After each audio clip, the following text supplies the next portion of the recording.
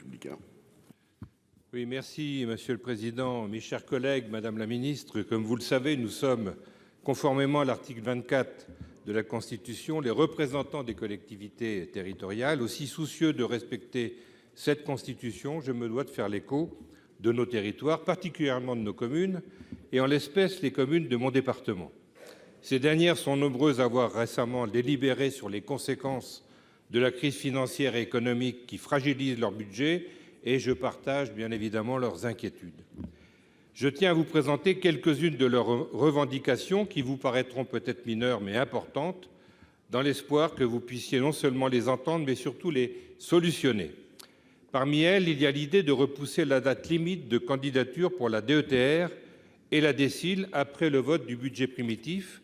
Ceci permettrait aux communes et intercommunalités de disposer davantage de temps pour échanger avec les services de l'État et d'une certaine manière d'appréhender l'ensemble des projets éligibles. Et je souhaite avoir votre avis sur cette question.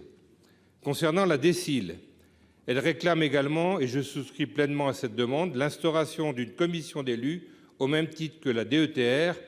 Partagez-vous cette demande ? Concernant le fonds vert, quand on lit le descriptif, on pourrait se dire « ne tirez pas sur le pianiste, il fait de son mieux ». Mais le fonctionnement de ce fonds interpelle. Cette enveloppe de 1,5 milliard sera-t-elle attribuée sur une période de plusieurs années ou est-elle un montant annuel ?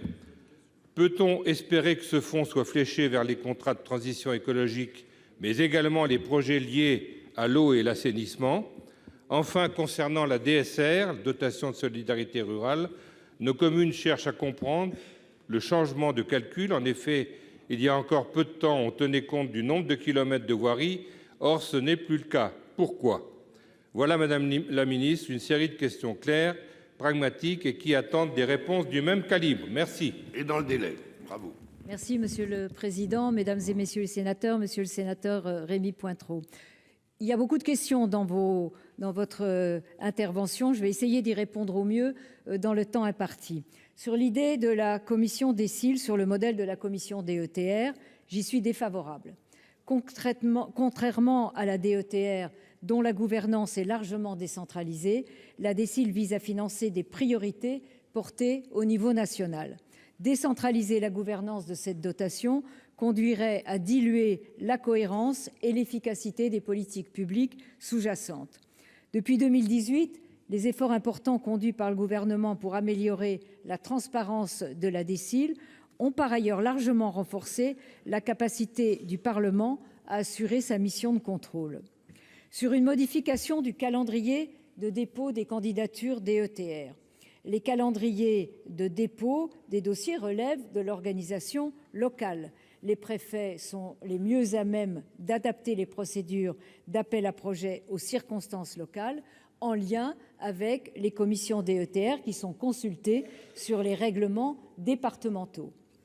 Sur le fonds vert, il bénéficiera d'une gestion souple, proche des territoires, pas d'appel à projets, pas d'appel à manifestation d'intérêt. Les crédits seront délégués au préfet du département, les enveloppes seront fongibles et les financements orientés vers des projets locaux portés par les élus. Le fonds pourra financer un certain nombre de politiques publiques, parmi lesquelles la rénovation énergétique des bâtiments, le renouvellement de l'éclairage public, et il me manque une réponse. Non, je crois que j'ai tout dit, en fait. Excusez-moi. Merci, Madame la Ministre. Qu'est-ce que je n'ai pas répondu? Ben non. Là, il faudra revenir. Il faudra revenir. Monsieur Menonville.